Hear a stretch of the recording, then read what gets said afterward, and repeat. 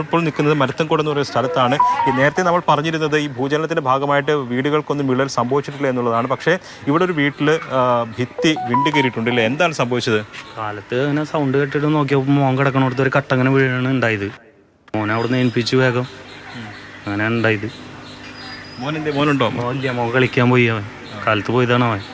അപ്പോൾ ഇങ്ങനെ ഞങ്ങളെ പിടിച്ച് ഏൽപ്പിച്ചിട്ട് അപ്പുറത്തേക്ക് എടുത്തത്.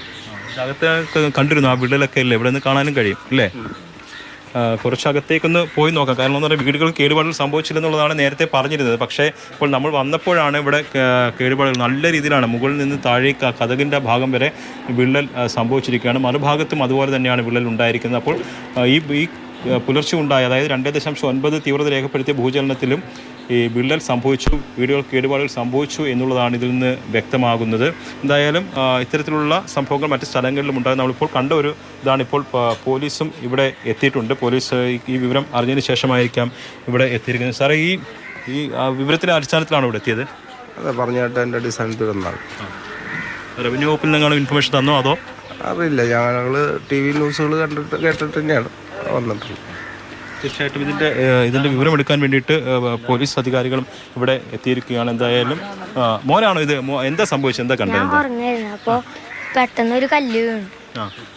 അപ്പം ഞാൻ വേഗം പിടിച്ചു വലിച്ചു. അവര് അതുണ്ടായി. പേടിച്ചു ഇല്ലേ? ഇന്നലെ ഭൂചലനം ഉണ്ടായതായിട്ട് അറിഞ്ഞില്ലായിരുന്നോ? ഇല്ല, ഞാൻ ഉറങ്ങായിരുന്നു. ഇന്നലെ രാവിലെ സ്കൂളിൽ പോയിട്ട് ഇന്ന് എന്തായാലും അല്ല, പേടിച്ചു പോയി. പേടിച്ചു പോയി. പിന്നെ ഉറങ്ങാൻ പറ്റിയോ? ഉറങ്ങാൻ പിന്നെ ചെറിയൊരു പേടി കയറി. ഈ മോൻ്റെ ശരീരത്തിലേക്കാണ് ആ ഒരു ചെറിയ ഭാഗം അടർന്ന് വീണത്. അങ്ങനെ വീടുകൾക്കും സാരമായ കേടുപാടുകൾ ചില സ്ഥലങ്ങളിൽ ഉണ്ടായി എന്നുള്ളതാണ് വ്യക്തമാകുന്നത്. കാരണം നേരത്തെ റിപ്പോർട്ട് ചെയ്യപ്പെട്ടത് 2.9 രേഖപ്പെടുത്തിയ ചലനം വളരെ തീവ്രത കുറഞ്ഞതായിരുന്നു. അതുകൊണ്ട് തന്നെ വലിയ പ്രശ്നമൊന്നും ഉണ്ടായിരുന്നില്ല എന്നുള്ളതാണ്. ഇപ്പോഴാണ് ഇങ്ങനെ വീടുകളും കേടുപാട് സംഭവിച്ചെന്നുള്ള വിവരം വരുന്നത്. ഭയമാണോ? ഭയമാണ്. ഞങ്ങൾക്ക് ഇനിയിപ്പോൾ ലൈഫിൽ കൊടുത്തിട്ടുണ്ടായിരുന്നു, പക്ഷെ അതിന് പട്ടയില്ലാത്ത കാരണം ഞങ്ങൾക്ക് അത് കിട്ടണില്ല. അതിന്റെ പിന്നാലെ ഞങ്ങൾ കുറേ നടന്നു. മിച്ചഭൂമിയായ കാരണം പട്ടയില്ല, അപ്പൊ കിട്ടില്ല എന്നാണ് പറഞ്ഞത്. ഞങ്ങൾക്ക് ഇനി ഭീതിയോടെയാണ് ഞങ്ങൾ കിടക്കണത്. ഇനി എങ്ങനെന്താ? 2 തവണ ഭൂചലനം ഉണ്ടായി. 2 തവണ ഉണ്ടായി. ഇനി വരില്ല എന്നെന്തോ ഉറപ്പൊന്നുമില്ലല്ലോ. എത്ര മക്കളുണ്ട്? 2 പേര്. മക്കളൊക്കെ ആയിട്ട് കഴിയുന്നില്ല? പേടിച്ചു പോയി. പിന്നെ അമ്മയ്ക്കാണെങ്കിൽ കാലുകൊണ്ട് വയ്യാത്ത ആളാണ്. അപ്പോൾ കിടന്നിടത്തുനിന്ന് എണീക്കണമെങ്കിൽ കുറച്ച് സമയം എടുക്കും. രോഗിയാണെന്ന് അച്ഛൻ മരിച്ചു. എത്ര വർഷം പഴക്കമുണ്ട് ഈ വീടിന്? 35 വർഷത്തിന്റെ മീതുണ്ട്.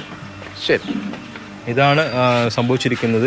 ഇന്ന് രാവിലെ, അതായത് 3:56 ചലനത്തിലാണ്, ഭൂചലനത്തിലാണ് ഇങ്ങനൊരു പ്രശ്നം ഉണ്ടായത്. ഈ വീടിൻ്റെ ആ ഭിത്തിക്ക് നല്ല രീതിയിലാണ് മുകളിൽ നിന്ന് താഴേക്ക് ആ കതകിൻ്റെ അവിടം വരെയാണ് ഈ വിണ്ടുകീറൽ ഉണ്ടായിരിക്കുന്നത്. അത് വീടിൻ്റെ നിലനിൽപ്പിനെ തന്നെ ബാധിച്ചിട്ടുള്ളൂ എന്നുള്ളതാണ്. 35 വർഷം പഴക്കമുണ്ട് ഈ വീടിന്. അതുകൊണ്ട് തന്നെ അതിൻ്റെ ഒരു ശക്തി തന്നെ ബാധിക്കാനുള്ള സാധ്യതയാണുള്ളത്.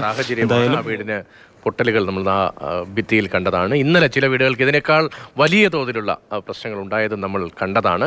അതിനിടയിലാണ് 2 CCTV ദൃശ്യങ്ങൾ ഈ പ്രകമ്പന സമയത്തേതാണ് എന്ന് കരുതപ്പെടുന്ന 2 ദൃശ്യങ്ങളും പുറത്തു വന്നു. ഒന്ന് ആനയുടേതാണ്, മറ്റൊന്ന് CCTV ഒരു വീടിൻ്റെ സമീപത്ത് സ്ഥാപിച്ചിരുന്ന CCTVയിൽ അവിടെ ഗേറ്റിൻ്റെ ഭാഗത്ത് ഉണ്ടാകുന്ന ഇളക്കം, അത് ദൃശ്യവുമാണ് പുറത്തു വന്നത്. ശ്രീ രാജ